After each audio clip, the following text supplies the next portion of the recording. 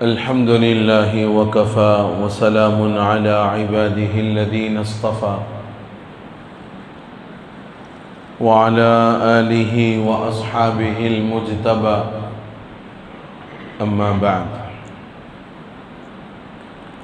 فأعوذ بالله من الشيطان الرجيم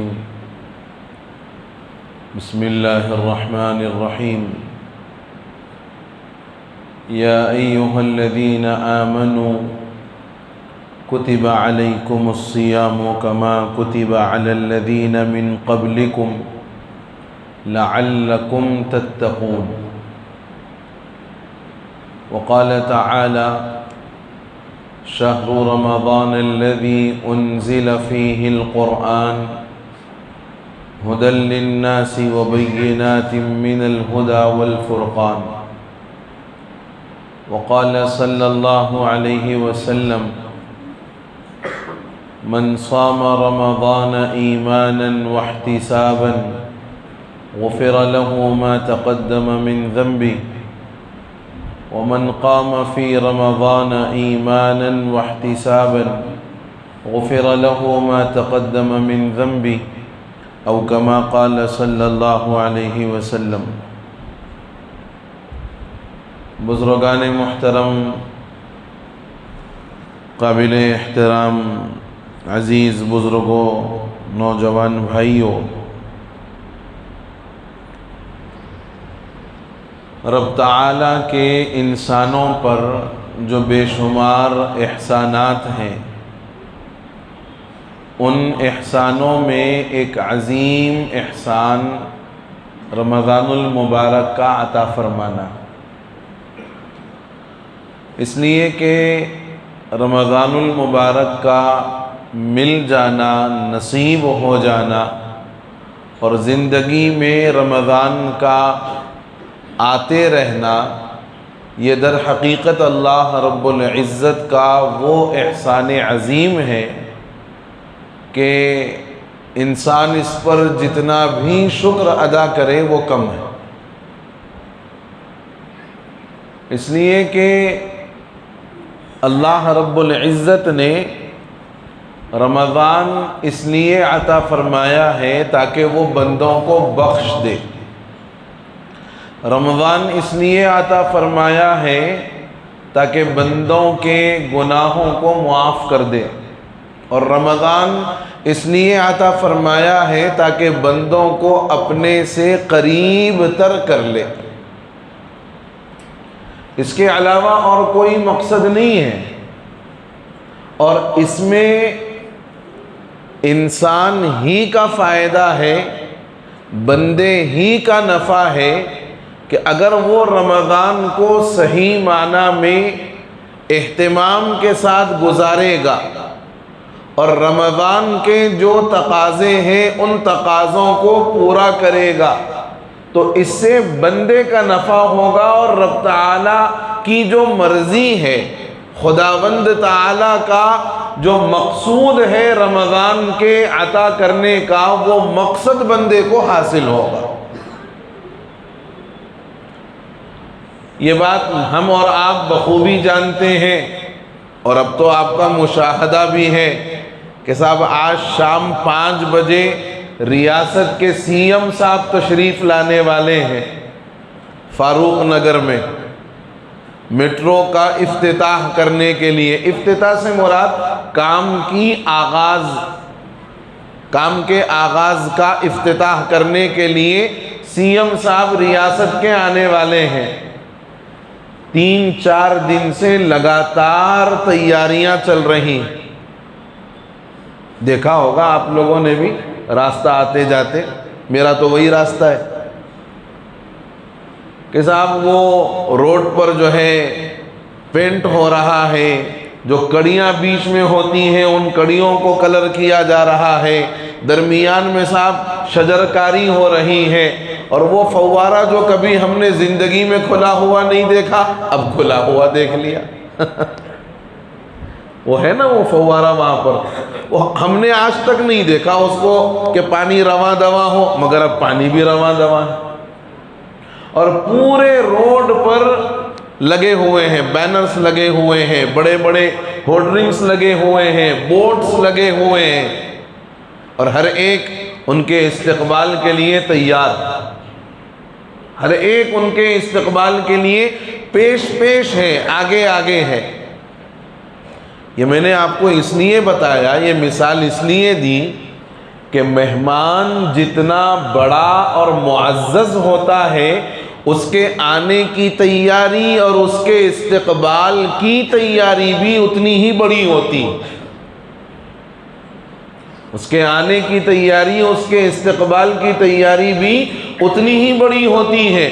اور یہ یاد رکھنا، دنیا کے جتنے مہمان ہیں آئیں گے، کچھ دیر وقت دیں گے، پھر چلے جائیں گے، آپ کے اور ہمارے لیے کچھ کریں گے اس کی کوئی گارنٹی نہیں بات سمجھ میں آئی؟ ارے بھائی، یہ جو مہمان آئیں گے، چاہے وہ ریاست کا سی ایم ہو یا کوئی اور ہو، ملک کا پی ایم ہو، جو بھی ہو، وہ آئیں گے، کچھ وقت دیں گے اور چلے جائیں گے، یعنی وہ جس کام کے لیے آ رہے ہیں اپنا کام کریں گے اور گزر جائیں گے، آپ کے ہمارے لیے کچھ کریں اس کی کوئی ضمانت نہیں ہے۔ لیکن رمضان اللہ کا مہمان ہے، رمضان اللہ کا مہمان ہے، اور یہ مہمان ہمارے اور آپ کے لیے نہیں بلکہ پوری انسانیت کو بہت کچھ دینے کے لیے آ رہا ہے۔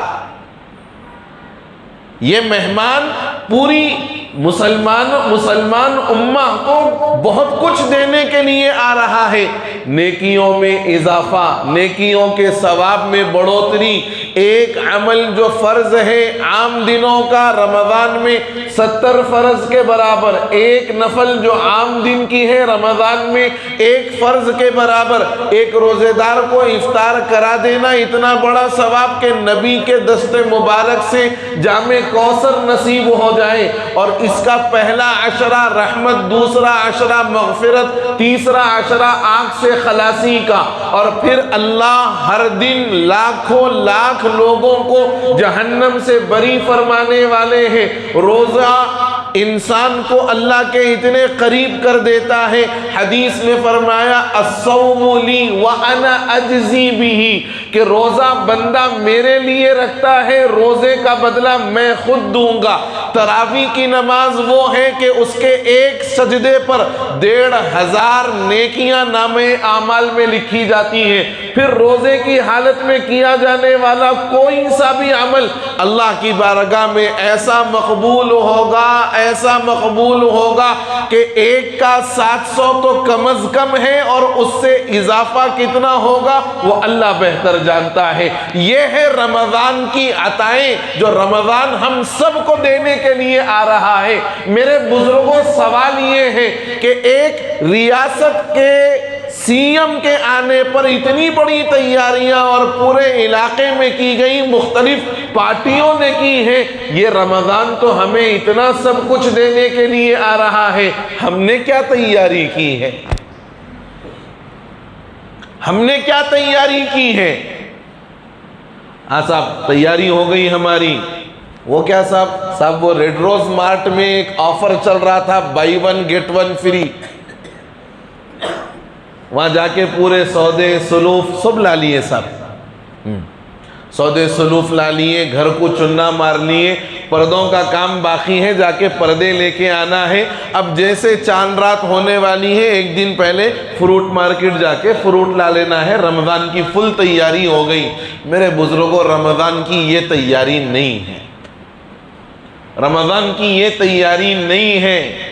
رمضان کی تیاری ہے دل کے اندر گناہوں کی جو نحوست، دل کے اندر گناہوں کی جو ظلمت، دل کے اندر گناہوں کی جو کثافت، دل کے اندر جو بے نور ماحول ہے، اس بے نور ماحول کو نورانی بنانا، گناہوں کی ظلمت سے دل کو صاف کرنا، گناہوں کی کثافت سے دل کو پاکیزہ بنانا، اور جو دل کے اندر گناہوں کی نحوست ہے اللہ کی عبادت سے اس کو منور کرنا، یہ رمضان کی تیاری ہے، یہ رمضان کا استقبال ہے۔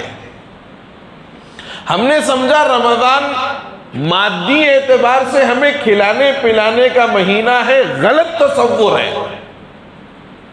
رمضان روحانیت کو جلا پیدا کرنے کا اور روحانیت میں اضافہ کرنے کا مہینہ ہے۔ رمضان مادیت اور پیٹ میں اضافہ کرنے والا مہینہ نہیں ہے۔ اور عجیب ماحول اس وقت کا بنا ہوا ہے، عجیب ماحول بنا ہوا ہے کہ وہ تمام چیزیں جو سال بھر کبھی نہیں ملتی وہ ساری رمضان کے اندر بازاروں میں ملتی۔ عام دنوں میں پورے سال بھر وہ چیزیں بازار میں دستیاب نہیں ہوتی، نہیں ملتی، لیکن جیسے ہی رمضان آتا ہے نت نئے پکوان، نت نئی کھانے پینے کی چیزیں اور نت نئی جو ہے مرغن غذائیں وہ بازار کے اندر دستیاب ہوتی ہیں۔ اور حد یہ ہے کہ ان لگانے والوں پر افسوس تو ہے ہی، اس سے زیادہ بڑا افسوس ان لوگوں پر ہے جو رمضان کے قیمتی، نورانی اور مبارک ترین اوقات میں ان چیزوں کے کھانے کے لیے دور دراز کا سفر کر کے اپنے پورے رمضان کے نورانی ماحول اور اوقات کو اپنے ہاتھوں سے تباہ و برباد کرتے ہیں۔ کہ صاحب پتھر کا گوشت مل رہا، وہ پائے مل رہے صاحب، وہ گھاوا مل رہا، وہ قہوہ مل رہا، وہ کھجور مل رہا صاحب، وہ فلاں جو ہے چکن رول مل رہا، اور وہ نئی ڈش آئی وہ ڈش بازار کے اندر مل رہی ہے، اور لوگ اتنے بھکڑ ہیں، اتنے بھوکے ہیں، لگتا ہے سال کے 11 مہینے بھوکے مر رہے تھے، رمضان آیا تو ہی ان کو کھانے کو ملا ہے، ورنہ انہوں نے کبھی کھانے کی صورت نہیں دیکھی۔ ہم نے پورے رمضان کے مطلب کو بدل کے رکھا ہوا ہے۔ پورے رمضان کا جو مقصود ہے وہ مقصود ہم نے اپنے ہاتھوں سے برباد کر دیا ہے۔ ہم نے سمجھا رمضان تو پیٹ پالنے کا مہینہ ہے، کھانے پینے کا مہینہ ہے، صاحب جہاں دیکھو وہاں حریص کی بھٹیاں ہیں۔ ٹھیک ہے، روزہ افطار کرنے کے لیے کچھ فروٹ لے لو، آپ ہفتے میں ایک آدھ مرتبہ آپ گھر کے لیے حریص لے کر چلے گئے، حرج کی بات نہیں ہے، اتنا تو اجازت ہے، اتنا تو آپ کر ہی سکتے ہو۔ لیکن یہ کیا مطلب ہے کہ مغرب کے بعد سے لے کر سحری تک یہی تلاش ہے کہ بھئی بہتر سے بہتر کہاں ہے، خوب سے خوب تر کہاں ہے، نئی نئی ڈشز کہاں مل رہی ہیں، نئی نئی ہوٹلیں کہاں کھل رہی ہیں۔ ہمارے علاقوں میں رمضان جیسے جیسے قریب آتا ہے بیکریاں، ہوٹلاں اور صاحب کھانے پینے کے مقامات ایسے کھلتے ہیں برساتی مینڈکوں کی طرح کہ جس کی کوئی پناہ، جس کی کوئی حد ہی نہیں۔ جدھر دیکھو ادھر نئی نئی ہوٹلیں، جہاں دیکھو وہاں حریص کی بھٹیاں، اور جہاں دیکھو وہاں پر کھانے پینے کے اڈے یہ کھل گئے، اور ہم سمجھ رہے ہیں کہ ہم رمضان کی تیاری کر رہے ہیں۔ ارے سال کے 11 مہینے تو دنیا کما ہی نہیں، رمضان میں کم از کم آخرت بناؤ، رمضان میں کم از کم اپنی اور اپنے قبر کی تیاری کی فکر کرو۔ سال کے 11 مہینے تو کھاتے ہی رہے، ٹھوستے ہی رہے، پیٹ میں بھرتے ہی رہے، کم از کم 1 مہینہ بھوکے فاقے رہ کر اللہ کا قرب حاصل کرو۔ یاد رکھو علماء نے لکھا ہے کہ انسان کا جو نفس ہے، یہ جو نفس ہے نا، اس نفس کی ایک خصوصیت ہے، جب پیٹ بھرا ہوا ہوتا ہے نفس طاقتور بنتا ہے۔ جب پیٹ بھرا ہوا ہوتا ہے نفس طاقتور بنتا ہے، اور جب نفس طاقتور بنتا ہے تو پھر گناہوں کی طرف آمادہ کرتا ہے، گناہوں کی طرف آمادہ کرتا ہے۔ اور جب آپ کا پیٹ خالی ہوتا ہے نفس کمزور پڑ جاتا ہے تو پھر گناہوں کی طرف آمادہ نہیں کرتا۔ یہ آپ کا مشاہدہ ہوگا کہ عام دنوں کے مقابلے میں رمضان جب آتا ہے تو آدمی گناہوں سے اپنے آپ کو دور کرتا ہے۔ اس کی وجہ کیا ہے؟ اس کی وجہ یہ ہے کہ اس کا پیٹ خالی ہوتا ہے اور نفس کمزور پڑا ہوا ہوتا ہے۔ لیکن پیٹ خالی ہونے کا یہ مطلب ہرگز نہیں ہے مول صاحب کہ آپ فجر کے بعد جو سو گئے تو عصر میں اٹھ رہے ہیں، فجر کے بعد جو سو گئے تو آپ عصر میں اٹھ رہے ہیں، یہ مطلب نہیں ہے پیٹ خالی ہونے کا۔ پیٹ خالی ہونے کا یہ ہرگز مطلب نہیں ہے کہ آپ نمازوں کو آسانی کے ساتھ بڑی بے تکلفی کے ساتھ قضا کرتے جا رہے ہیں. نماز چھوٹ رہی ہے، کوئی احساس نہیں ہے. ظہر کی نماز پڑھے سو رہے ہیں، اور فجر کی نماز بھی میں یہ کہتا ہوں اپنے اطراف کے جو مساجد ہیں اگر ان کے ذمہ داروں تک یہ بات پہنچ سکے تو پہنچاؤ. وقت شروع ہونے کے بعد سے 20 منٹ کے اندر جماعت رکھ دو. اتنا لمبا وقت رکھنا کہ بھئی عوام بھی یہی سوچ رہی کہ صاحب اور بہت ٹائم باقی ہے، ذرا کمر سیدھی کر کے اٹھوں گا. وہ کمر سیدھی کرنے گیا، لیٹ ہی گیا پورے. نماز چلی گئی، فجر چلی گئی. وہ روزہ کس کام کا جس میں آپ نے نماز نہیں پڑھی؟ وہ روزہ کس کام کا جس میں آپ نے سحری تو ٹھوس لی لیکن اللہ کی بارگاہ میں جا کر 2 رکعت آپ نے فرض ادا نہیں کیا؟ وہ روزہ کس کام کا جس میں آپ نے اپنے آپ کو روزے دار تو بنایا، قرآن کی تلاوت کرنے کا آپ کے پاس وقت نہیں رہا؟ وہ روزہ کس کام کا کہ آپ نے اپنے آپ کو بھوکا تو رکھ لیا لیکن ذکر کرنے کے لیے آپ کے پاس وقت نہیں رہا؟ اور وہ روزہ رمضان کس کام کا کہ آپ نے اپنے آپ کو بھوکوں میں شامل کر کے، اپنے آپ کو روزے داروں میں داخل کر کے، اپنے آپ کے کھانے پینے پر پابندی لگا کر، لیکن آپ نے نماز تراویح کو چھوڑ دیا. نماز تراویح کو آپ نے چھوڑ دیا. میں یہ کہتا ہوں کہ جو بندہ روزہ رہے اور تراویح نہ پڑھے یہ ایسا ہے کہ دن بھر مزدوری کرے اور جب مزدوری لینے کا وقت آئے تو غائب ہو جائے. اور تراویح کے بھی سلسلے میں ایک بات کان کھول کر کے سن لو کہ نماز تراویح چاند دیکھ کر شروع کرنا ہے اور چاند دیکھ کر ختم کرنا ہے. چاند دیکھ کر شروع ہوگی اور چاند دیکھ کر ختم ہوگی نماز تراویح. پورا مہینہ رمضان کا نماز تراویح کا پڑھنا مسنون ہے، اور بلا عذر شدید نماز تراویح کا چھوڑ دینا، ترک کر دینا گناہ ہے. گناہ ہے. وہ لوگ جو 3 پارے 5 پارے 6 پارے 10 پارے 15 پارے اس طریقے سے قرآن کی ترتیب بنا کر پڑھتے ہیں اور 10 دن بعد 5 دن بعد 6 دن بعد یہ سمجھتے ہیں کہ ہم نے نماز تراویح کو ادا کر لیا اور پھر نماز تراویح کے لیے نہیں آتے، یاد رکھنا یہ بہت بڑے گنہگار ہیں.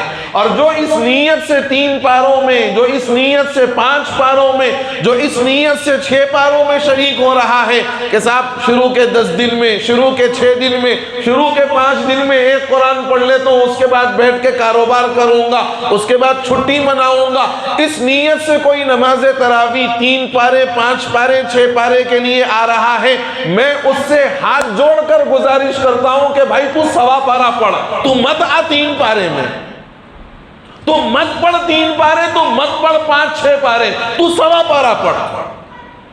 لیکن اگر اس نیت سے آتا ہے کہ میں 10 دن میں ایک قرآن سن لوں گا، 3 پاروں کی ترتیب سے ایک قرآن میری مکمل ہو جائے گی، اس کے بعد مجھے تراویح پڑھنے کی ضرورت ہی نہیں ہے، یاد رکھنا اس سے بڑا جاہل اور اس سے بڑا بے وقوف اور اس سے بڑا اپنا نقصان کر لینے والا رمضان کے اندر شاید کوئی اور نہیں.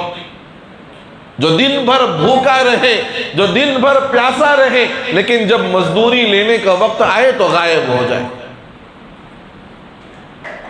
اس نیت سے اگر تراویح کے لیے آ رہے ہو 3 پاروں کے 5 پاروں کے، مت آؤ 1.25 پارہ پڑھو. اور اگر یہی رفتار رہی تو انتظامیہ کو اور مسجدوں کے ذمہ داروں کو چاہیے کہ تمام مساجد میں شہر کی 1.25 پارے کا معمول کر دیا جائے. یہ بگاڑنا گویا ایک بگاڑ کا ذریعہ بن رہا ہے، عبادات کے ترک کا ذریعہ بن رہا ہے. اگر یہ ماحول ہے تو اس سے بہتر ہے کہ بھئی تم 1.25 پارہ پڑھو پوری مسجدوں کے اندر. 3 پارے 5 پارے 6 پارے، اس کا مقصد یہ ہوتا ہے کہ ایک سنت جو رمضان کی ہے، ایک قرآن کا سننا، وہ سنت ادا ہو جائے. اس کے بعد ان کو جہاں موقع ملے وہاں تراویح پڑھیں، لیکن تراویح لازم پڑھیں. اب تو ہماری مسجدوں کا حال یہ ہو گیا، شروع کے 2 دن خوب پبلک، تیسرے دن 1 صف کم، چوتھے دن 2 صف کم، 5ویں دن 3 صف کم، 10 دن تک وہ 3 صف نہیں رہتی، اس کے بعد پھر 1 صف 1.5 صف. چاہے آپ علم ترا پڑھاؤ، چاہے آپ سوا پڑھاؤ، چاہے آپ 1.5 پڑھاؤ، چاہے آپ کچھ بھی پڑھاؤ. یہ رمضان کی تیاری ہماری. حضرت یعقوب علیہ السلام کے کتنے بیٹے تھے؟ 12 بیٹے تھے، 12 بیٹے تھے، 10 ایک اہلیہ محترمہ سے اور 2 دوسری اہلیہ محترمہ سے۔ حضرت یوسف اور بنیامین جو تھے وہ لیہ بنت لیان کی اولاد تھے، ان کے بطن سے پیدا ہوئے تھے۔ ان 12 بھائیوں میں حضرت یعقوب علیہ السلام کو پیار اور محبت کس سے زیادہ تھی؟ حضرت یوسف سے۔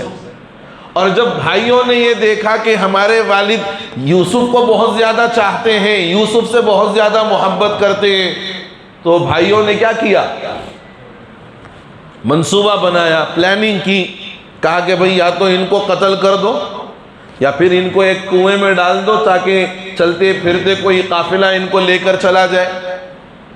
جیسے حضرت یعقوب علیہ السلام ان 12 بھائیوں میں اپنے والد کو بہت زیادہ معزز تھے، بہت زیادہ معزز تھے، اور ان بھائیوں نے جلن اور حسد کی وجہ سے کبھی حضرت یوسف کے قتل کا منصوبہ بنایا، کبھی ان کو اندھیرے کنویں کے اندر ڈال دینے کا منصوبہ بنایا، کبھی اپنے والد کی نگاہوں سے دور کر دینے کا منصوبہ بنایا۔ جتنے منصوبے یہ بناتے رہے، اللہ نے بالآخر حضرت یوسف علیہ السلام کو مصر کا بادشاہ اور مصر کا وزیر خزانچی بنا کر پورے بھائیوں اور ماں باپ کے ساتھ ان کو مصر بلایا۔ یہ واقعہ آپ نے سنا ہوگا حضرت یوسف علیہ السلام کا۔ جیسے حضرت یوسف علیہ السلام کا رتبہ ان 11 بھائیوں میں حضرت یوسف کا رتبہ جیسا تھا، اللہ کے یہاں ان 12 مہینوں میں رمضان کا مرتبہ بھی یوسف جیسا ہے۔ اللہ کے یہاں ان 12 مہینوں میں رمضان کا مرتبہ یوسف جیسا ہے۔ جیسے وہ لوگ محروم رہے جنہوں نے حضرت یوسف کو قتل کرنے کا منصوبہ بنایا، وہ لوگ بدقسمت رہے جنہوں نے حضرت یوسف کو اپنے والد کی نگاہوں سے دور کرنے کا منصوبہ بنایا، وہ لوگ اپنی قسمت پر روتے رہے جنہوں نے حضرت یوسف کو کنویں کے اندر ڈالا۔ میرے بزرگوں، رمضان کو بھی آپ قتل مت کرنا، رمضان کو بھی آپ قتل مت کرنا، رمضان کو بھی اندھیرے کنویں کے اندر مت ڈالنا، رمضان کو اپنے لیے محرومی کا سبب نہ بنانا، ورنہ کہیں ہم اس بددعا کے حقدار نہ بن جائیں کہ جب نبی منبر کی سیڑھی پر قدم رکھ رہے ہیں، حضرت جبرائیل آپ کے پاس آئے، فرمایا یا رسول اللہ، ہلاک اور برباد ہو جائے وہ آدمی جس کو اللہ نے رمضان جیسا مقدس اور بابرکت مہینہ عطا فرمایا، لیکن اس نے رمضان پا کر بھی اپنی مغفرت نہیں کروائی۔ حضرت جبرائیل کی اس بددعا پر حضور نے فرمایا آمین، حضور نے فرمایا آمین۔ اب ذرا غور کر کے دیکھو کہ حضور کی آمین کے بعد اور حضرت جبرائیل جیسے فرشتے کی بددعا کے بعد اس آدمی کی ہلاکت اور بربادی میں کوئی شک باقی رہتا ہے؟ کوئی شک باقی نہیں ہے۔ اس لیے میرے بزرگوں، رمضان آ رہا ہے، اس کا ایک ایک لمحہ قیمتی ہے، اور میں کہتا ہوں وہ مرد، وہ شوہر ظالم ہے جو اپنی بیویوں کو کچن کے حوالے کر کے خود بیٹھ کر افطاری کی تیاری میں مصروف رہتا ہے، جن کی بیویاں کچن میں جا کر کبھی پکوڑے بنا رہی ہیں، کبھی دہی بڑے بنا رہی ہیں، کبھی حریص بنا رہی ہیں، کبھی فلاں تل رہی ہیں۔ مر نہیں جاؤ گے اگر یہ نہیں کھاؤ گے افطار میں، تو مر نہیں جاؤ گے۔ ایک کھجور اور ایک گھونٹ پانی بھی پی لو تو یہ بھی ہمارے لیے افطار ہے، اس سے بھی روزہ افطار ہو جاتا ہے۔ لیکن وہ شوہر ظالم ہے جو اپنی بیویوں کو کچن کے حوالے کر کے اپنے افطار کا پورا انتظام کرواتے ہیں، اور وہ عورتیں بھی محروم ہیں جو اپنا پورا وقت کچن کے حوالے کر کے نہ ذکر کی رہی، نہ تلاوت کی رہی، بس نام کا روزہ رہا۔ نیند میں سے اٹھی تو کچن میں، اور عصر کے بعد جو گئی تو مغرب تک کچن میں، کبھی کبھار تو سیرن بھی ہو گیا اور وہی کچن کے اندر بیٹھی ہوئی ہے۔ کوئی لا کے ایک کھجور کھلا دیا، بولی کہ صاحب میرے کو روزے داروں کی خدمت کرنا ہے۔ ایسی خدمت پر لعنت بھیجو ایسی خدمت پر۔ ارے تم ایسی خدمت کر رہی ہو کہ تم اس خدمت کے عنوان پر تم رمضان کی برکات سے محروم ہو، تم رمضان کے انوار و برکات سے تم اپنے آپ کو محروم بنا رہی ہو۔ خاک ہے ایسی خدمت، تمہیں بھی چاہیے کہ بھائی پہلے سے کچھ انتظام کر لو۔ رمضان بھوکے رہنے کا مہینہ ہے، پیٹ بھر کھانے والا مہینہ نہیں ہے، یہ تصور نکال دو، یہ تصور نکال دو۔ اور میں نے آپ سے کہا کہ جب تک آپ کا پیٹ خالی ہے آپ کا نفس آپ کے تابع ہے، آپ کا نفس آپ کے تابع ہے۔ آپ دیکھو، آپ کبھی ظہر کو آ رہے ہو، راستے میں آپ کی نگاہ میں یہ تصور پیدا ہو گیا کہ تھوڑی سی بدنگاہی کر لوں، لیکن جیسے ہی یہ خیال آتا ہے دوسرے پہر یہ خیال آتا ہے کہ رمضان ہے، روزہ ہے، میں یہ گناہ کیسے کر سکتا ہوں روزے کے اندر۔ آپ کا نفس آپ کے تابع ہوا۔ لیکن ان دنوں میں آپ دیکھو، ذرا پیٹ بھر کھاؤ، اب باہر نکل کے ماما ذرا دیکھو، ماما وہاں دیکھو، ارے پٹھے وہاں دیکھو، ارے بھائی یہ کرو، یہ کیا ہے؟ یہ آپ کا جب پیٹ بھرا ہوا ہے تو آپ کے نفس کے غلام بن گئے، نفس آپ کا غلام نہیں بنا۔ مسلمان کی پہچان یہ ہے کہ وہ نفس کا غلام نہیں بنتا بلکہ اپنے نفس کو اپنا غلام بناتا ہے، اور یہ چیز رمضان کے اندر حاصل ہوتی ہے۔ اور یہ کیسے حاصل ہوتی ہے؟ بھوک اور پیاس کو برداشت کرنے کی وجہ سے حاصل ہوتی ہے۔ میں نے کہا رمضان بھوکا رہنے کا مہینہ ہے، پیٹ بھر کھانے کا مہینہ نہیں ہے۔ رمضان روحانیت والا مہینہ ہے، مادیت کا مہینہ نہیں ہے۔ نماز تراویح کی 2 مستقل الگ الگ سنتیں ہیں، جو یہ سوچ کر 3 پارے 5 پارے 6 پاروں میں آ رہے ہو، میں ان سے کہتا ہوں کہ ضرورت نہیں ہے، تم مت آؤ، مت پڑھو 3 پارے 1.25 پارہ پڑھ لو، لیکن پورا رمضان قرآن پڑھو۔ اور جو 3 پارے پڑھنے کے لیے اس نیت سے آ رہا ہے، یقین مانو وہ گنہگار ہے، وہ گنہگار ہے۔ کیوں؟ اس لیے کہ وہ 10 دن بعد تراویح چھوڑنے کی نیت کر کے آ رہا ہے۔ 10 دن بعد تراویح چھوڑنا ہے، پڑھنا نہیں ہے، وہ نیت کر کے آ رہا، گنہگار ہے یہ۔ اور میں نے آخری بات آپ سے جو کہی کہ رمضان کا مقام ایسے ہی ہے جیسے ان 12 بھائیوں میں حضرت یوسف کا مقام تھا، رمضان کا بھی مقام ویسا ہی ہے اللہ کے نزدیک۔ جیسے یوسف کو قتل کرنے والے، ان کو والد کی نگاہوں سے دور کرنے والے اور ان کو گہرے کنویں کے اندر چھوڑنے والے خائب اور خاسر ہوئے، رمضان کو قتل کرنے والے، رمضان کو گویا اپنے ہاتھوں سے نقصان پہنچانے والے، اپنے رمضان کو برباد کرنے والے بھی ایسے ہی محروم رہیں گے۔ اور کہیں ایسا نہ ہو کہ ہمارا کوئی عمل ہمیں حضور کی اس بددعا کا حقدار نہ بنا دے۔ بس یہ رمضان آ رہا ہے، یہ رمضان روحانیت کو جلا پہنچانے کا مہینہ ہے، یہ مادیت کا مہینہ نہیں ہے۔ کپڑے نہیں رہیں گے، کوئی حرج کی بات نہیں ہے، کھانا پینا مرغن نہیں رہے گا، نارمل رہے گا، کوئی حرج کی بات نہیں ہے۔ لیکن رمضان کی اگر روح باقی نہ رہے، رمضان کا حقیقی مزاج پیدا نہ ہو، تو پھر یاد رکھو ایسے لاکھوں رمضان آئیں گے اور گزر جائیں گے، ہم جیسے تھے ہم ویسے ہی رہیں گے۔ رمضان کے آنے کا کوئی فائدہ ہمیں اپنی زندگیوں میں نہیں ہوگا۔ جیسے بڑا مہمان آتا ہے تو اس کی تیاریاں بڑے زوروں سے ہوتی ہیں، رمضان تو دینے کے لیے آ رہا ہے، رمضان تو اللہ سے قریب کرنے کے لیے آ رہا ہے، اس کی تیاری بھی ویسی ہی کرو۔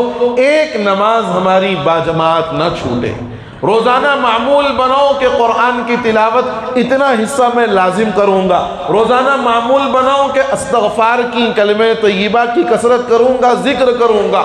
یہ اہتمام کرو کہ میری ایک تراویح چاہے وہ 1.25 پارے کی ہو، 3 پارے کی ہو، جتنے کی ہو، وہ کبھی مس نہیں ہوگی پورے رمضان میں۔ تہجد کا اہتمام کروں گا، ایک ٹائم ٹیبل بناؤ اور اس ٹائم ٹیبل کے حساب سے اپنے رمضان کو گزارو، تاکہ یہ رمضان اگر ہماری زندگیوں کا آخری رمضان رہا، اگر ہماری زندگیوں کا یہ رمضان آخری رمضان رہا، تو کل میدان قیامت میں جب اللہ کی بارگاہ میں حاضری ہو تو کم از کم اتنا تو کہنے کے لیے منہ باقی رہے کہ مولا آخری رمضان تھا، نظام الاوقات کے تحت میں اور پورے سسٹم کے ساتھ میں نے اس رمضان کو گزارنے کی کوشش کی، مولا میں نے کوشش کی ہے، تو اپنی بارگاہ میں قبول فرما لے۔ اللہ سے دعا ہے کہ اللہ تعالی ہم سبوں کو کہنے اور سننے سے زیادہ توفیق عمل نصیب فرما دے، آمین یا رب العالمین۔ وآخر دعوانا ان الحمد للہ رب العالمین۔